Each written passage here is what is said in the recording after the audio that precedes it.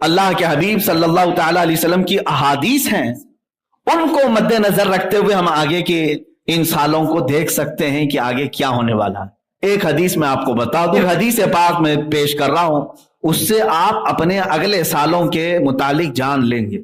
اللہ کے نبی صلی اللہ تعالی علیہ وسلم کی حدیث ہے، برابر یہ حدیث مجھے یہاں بتانے کے لیے بالکل سوٹیبل ہے۔ حضور پاک صلی اللہ تعالی علیہ وسلم فرماتے ہیں کہ بین یدی الساعہ، قیامت کے قریب والے دنوں میں، قیامت کے قریب والے دنوں میں حضور فرماتے ہیں ہر 20 سال پر بہت تیز تبدیلی ہوگی، ہر 20 سال پر بڑی تیز تبدیلی ہوگی، یہاں تک کہ فرمایا کہ جو پچھلے 20 سال میں نہیں گزرا تھا اس سے زیادہ شدید اور زیادہ تبدیلیاں اگلے 20 سالوں میں آئیں گی۔ یہ حدیث پاک میں نے پڑھا اور آپ اسی سے اپنے آگے کے مستقبل کو سمجھ سکتے ہیں کہ 2001 سے لے کر 2020 تک یہ جو 20 سال ہمارے گزرے، ان کو مد نظر رکھتے ہوئے اگلے کے دن یاد کیے جا سکتے ہیں جب میرے آقا صلی اللہ علیہ وسلم نے فرمایا قیامت کے قریب ہر 20 سال شدید سے شدید ترین آئیں گے، تو اس کا مطلب ہے کہ جو شدت اب تک گزر چکی اس سے کئی گنا زیادہ شدت اگلے سالوں میں آئے گی۔ تو اب میں یہاں پر یہ ضرور کہوں گا، یہاں آیت بھی میں پڑھ دیتا ہوں جو رسول کریم صلی اللہ تعالی علیہ وسلم کے متعلق ہے، وَيَقُولُونَ مَتَى هَذَا الْوَعْدُ إِن كُنتُمْ صَادِقِينَ۔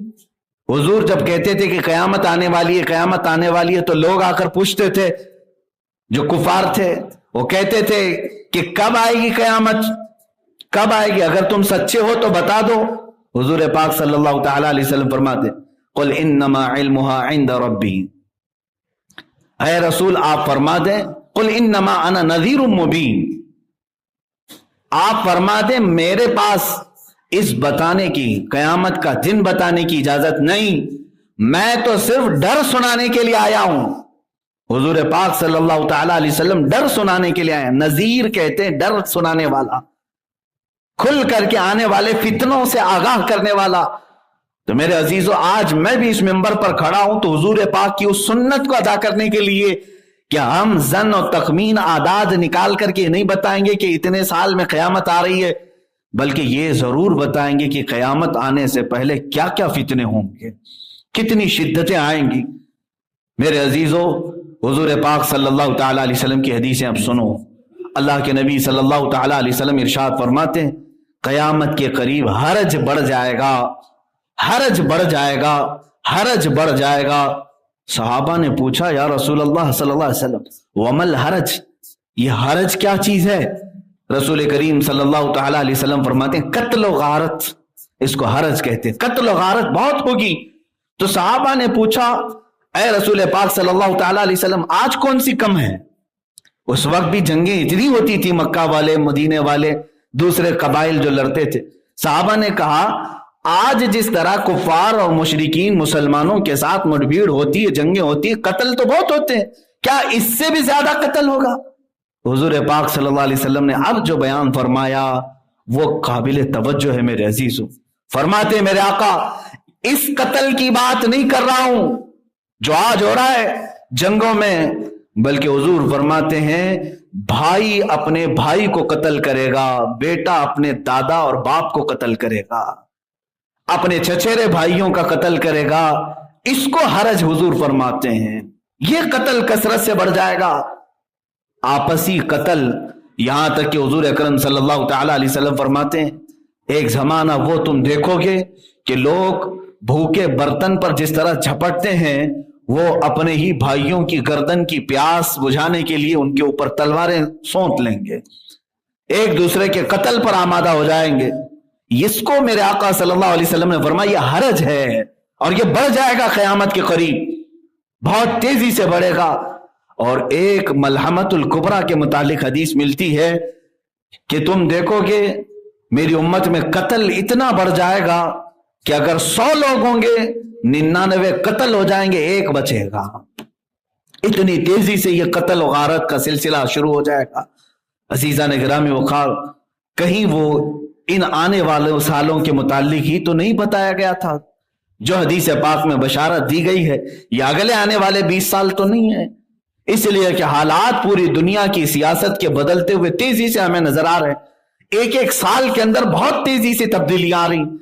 آج دنیا نے جس طرح سے ہمارے سامنے ایک تصویر کھینچی ہے، اس کو دیکھ کر کے ہم سب مسلمانوں کو چاہیے کہ اپنے نبی کونین صلی اللہ تعالی علیہ وسلم کی احادیث کو پڑھیں، اس زمانے کے بارے میں میرے آقا نے کیا کیا بیان کیا ہے۔ اور ایک حدیث میں پڑھا، آج ہی کی بات میں بتا رہا ہوں، میرے مطالعے میں حدیث پہلے نہیں تھی، میں نے آج پڑھا، ہو بہو اسی زمانے کے لیے ہے۔